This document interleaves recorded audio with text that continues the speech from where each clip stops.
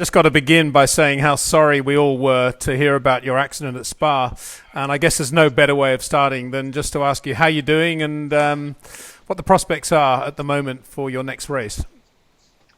Yeah, at the moment my recovery is going quite well. I've been in my back brace now for about 5 weeks. Yeah, I'm hoping to get back into the car around September. Yeah, fingers crossed I can get back for the last two or three races. Thankfully, accidents like yours don't seem to happen that often in motor racing today, and I guess from your point of view, it's probably the biggest shunt you've had, I would guess, in your career so far. Yeah, well, actually the shunt wasn't too bad. It was just unlucky the way that I landed. I think I've had some bigger ones in the past, but unfortunately the way the car landed very flat on the floor of the car put a lot of impact through my spine. Yeah, very, very unfortunate as well. Basically, when the car landed, there was a tarmac access road right where the floor of the car hit. So there was grassy at the side of that. So I was just really unlucky where the car landed and the way it landed. Yeah, it's very unfortunate. Very unlucky. And just to remind viewers of the build-up to the accident, we're at Spa. It's wet. Visibility is terrible. You've come out of Eau Rouge, I believe, and you're at the top of the hill there. Just take it over from there. Yeah, well, the race started on the safety car because it was so wet. And, I think a lot of us couldn't really see too much. And I just came out of my compulsory pit stop and I was getting a run on somebody, couldn't really see a heck of a lot. And then they sort of just braked a little bit earlier than what I was anticipating. And then basically I had no time to react because by the time I saw the car, I'd already hit it and I was flying through the air. Yeah, the conditions were very bad and couldn't really see anything. It's just one of those things. And, it's just very unfortunate that I'll be missing most of the season. That's probably the most disappointing thing out of everything, really. And we think that driver was Carlos Huertas, right? Yeah, that's correct. Yeah, the Colombian. Richie, one of the reasons we're talking to you is that I can imagine how frustrating it is to be where you are. But tell us a little bit of what your life is like right now, how you're keeping in touch, who comes to see you, what your routine is like on a daily basis. Well, I'm quite fortunate at the moment to have both my parents with me. They've come over from New Zealand to support me, so it's good to have them around. But basically, obviously the accident happened in Belgium, so I spent a couple of days in a hospital in Belgium before I was transferred to a hospital in Paris because it's a lot of specialists there for spinal injuries.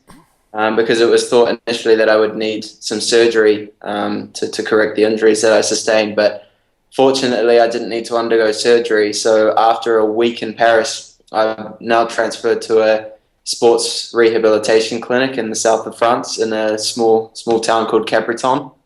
So I'll be staying here for the next few weeks. But basically, being at the sports rehab clinic, I'm doing quite a few hours each day of sort of physiotherapy and just stuff to basically just keep moving and try and keep a bit of strength and things like that and do as much sort of activity as I can while still recovering from the injury.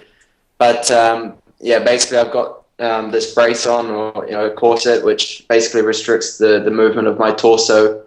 I normally have a support here for my head as well, but I've just taken that off for the interview. But it is very frustrating because I'm used to having quite an active lifestyle and now suddenly when I'm not doing my physiotherapy, I just really have to lay in bed and not do too much. So it's very, very frustrating, but it's character building as well, I guess you could say. So it's just one of those things, and I'm just focusing all my energy on the recovery and focusing on trying to come back into the race car as strong as I possibly can. I'm interested to know what your mindset is when you're doing your physio on a daily basis. Are you thinking specifically about the problem of that day, or are you constantly thinking the next race, the next race, the next race?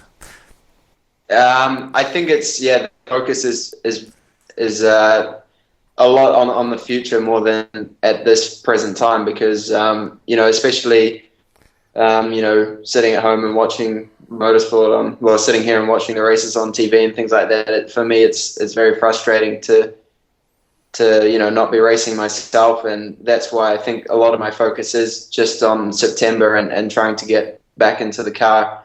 But it is also important to recover as well as I can, and just try to have a speedy recovery. You're driving for Lotus F1 in World Series. What sort of support have you had from the team and your backing and your management group in terms of that return? Fortunately, the support has been quite good.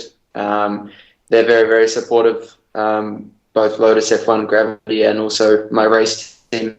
They're very supportive of my comeback. So, they've been very supportive the whole time. So, I'll be working a lot with them to, come back as strong as I can. And what is, have you set yourself a goal, a specific race, a specific date? Well, in theory, I should be able to drive again in Budapest, which would mean I would do the last 3 race weekends. But, it's still a long way to go before then, and I'll have to get clearance and things like that from the doctors. But, theoretically, I should be able to race in Budapest. If that's too early, then I'm hoping I can get back for at least Paul Ricard in Barcelona. But if I can get that back in for Budapest, then I'll be quite happy, because I think, if I'm to have an attack on the championship in 2013, I need to get some racing experience, because I only saw the checkered flag once so far this year out of the first 5 races due to a lot of mechanical failures. So I've not had the racing experience I need to, build up to 2013. Yeah, well, that was going to be my next point. You had a bit of a difficult start to the year after a very promising winter test in preparation for 2012. Tell us a little bit about that. Yeah, it's been a nightmare start to the season, basically. Like I said, we only saw the checkered flag one time out of the first 5 races. So, it certainly didn't go to plan at all.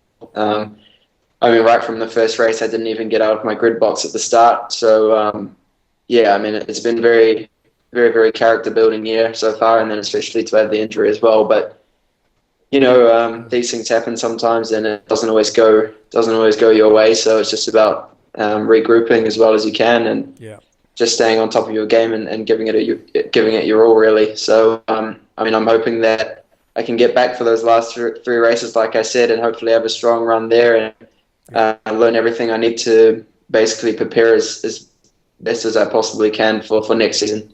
Richie, again, you got a lot of fans out there, so don't think you're just kind of locked away in France in that rehab clinic. A lot of people supporting you and like to see you back in a race car as soon as possible. And don't forget Spa also, no doubt you've not forgotten this, has also been a good circuit for you. That's, of course, where you won your first GP3 race. Yeah, that's correct. Spa for me is basically probably one of the best circuits for me, and also now one of the worst. Yeah. That's the way it goes sometimes. Yeah, not the first driver to have said that about Spa. Richie, thanks so much for talking to us, and we'll check in again with you as you're getting near your preparation for your return to racing. And in the meantime, thanks very much for spending time with us. Thank you. Appreciate it.